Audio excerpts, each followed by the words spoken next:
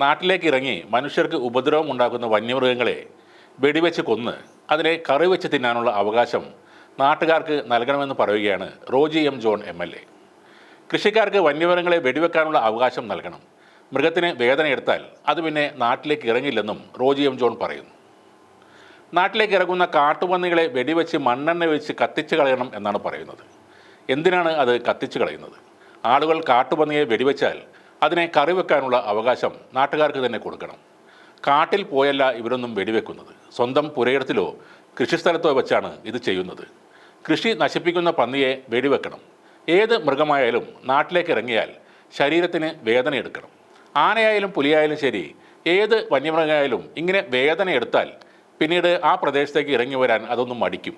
ഇതാണ് Roji M John പറയുന്നത്. പ്രതിപക്ഷ നേതാവ് VD സതീശൻ നയിക്കുന്ന മലയോര സമരയാത്രയ്ക്ക് മലയാറ്റൂരിൽ നൽകിയ സ്വീകരണ പരിപാടിയിൽ സംസാരിക്കുകയായിരുന്നു റോജി എം ജോൺ. കഴിഞ്ഞ ദിവസം സണ്ണി ജോസഫ് MLAയും സമാനമായ ഒരു കാര്യം പറഞ്ഞിരുന്നു. പന്നിയെ വെടിവെച്ചാൽ മണ്ണെണ്ണ ഒഴിച്ച് കുഴിച്ചിടണം എന്നാണ് നിയമം. പകരം വെളിച്ചെണ്ണ ഒഴിച്ച് കറിവെക്കുകയാണ് വേണ്ടതെന്നായിരുന്നു MLA പറഞ്ഞത്. UDF അധികാരത്തിൽ വന്നാൽ കാട്ടുപന്നിയെ വെളിച്ചെണ്ണ ഒഴിച്ച് കറിവെക്കാൻ നിയമം വേണമെന്നും സണ്ണി ജോസഫ് MLA പറഞ്ഞിരുന്നു.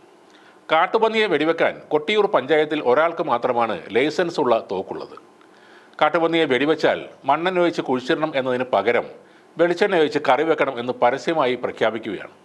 പ്രതിപക്ഷ നേതാവിൻ്റെയും KPCC അധ്യക്ഷൻ്റെയും UDF കൺവീനറുടെയും കക്ഷി നേതാക്കളുടെയും AICC സെക്രട്ടറിയുടെയും സാന്നിധ്യത്തിലാണ് താനിത് പറയുന്നതെന്നും UDF അധികാരത്തിൽ വന്നാൽ ഇതിനെ കറി വെക്കാനുള്ള നിയമം വേണം എന്നുമായിരുന്നു സണ്ണി ജോസഫിൻ്റെ പ്രസംഗവും. മൃഗസ്നേഹികൾക്ക് അങ്ങേയറ്റം നൊമ്പരമുണ്ടാക്കുന്ന കാര്യമാണെങ്കിലും മനുഷ്യൻ്റെ ജീവന് ഭീഷണിയാകുന്ന മൃഗങ്ങളെ ഇല്ലാതാക്കുക തന്നെ വേണം.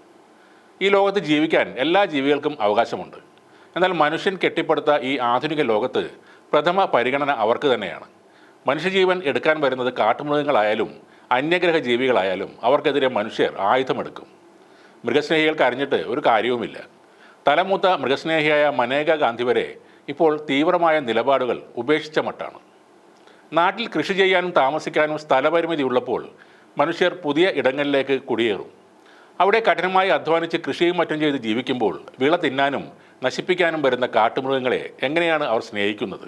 ഈ മൃഗസ്നേഹം വിളമ്പുന്ന പലരും തന്നെ മലയോര മേഖലകളിൽ മണിമാളിക പണിത് അവിടെ താമസിക്കുന്നവരാണെന്ന കാര്യവും മറന്നുപോകരുത്.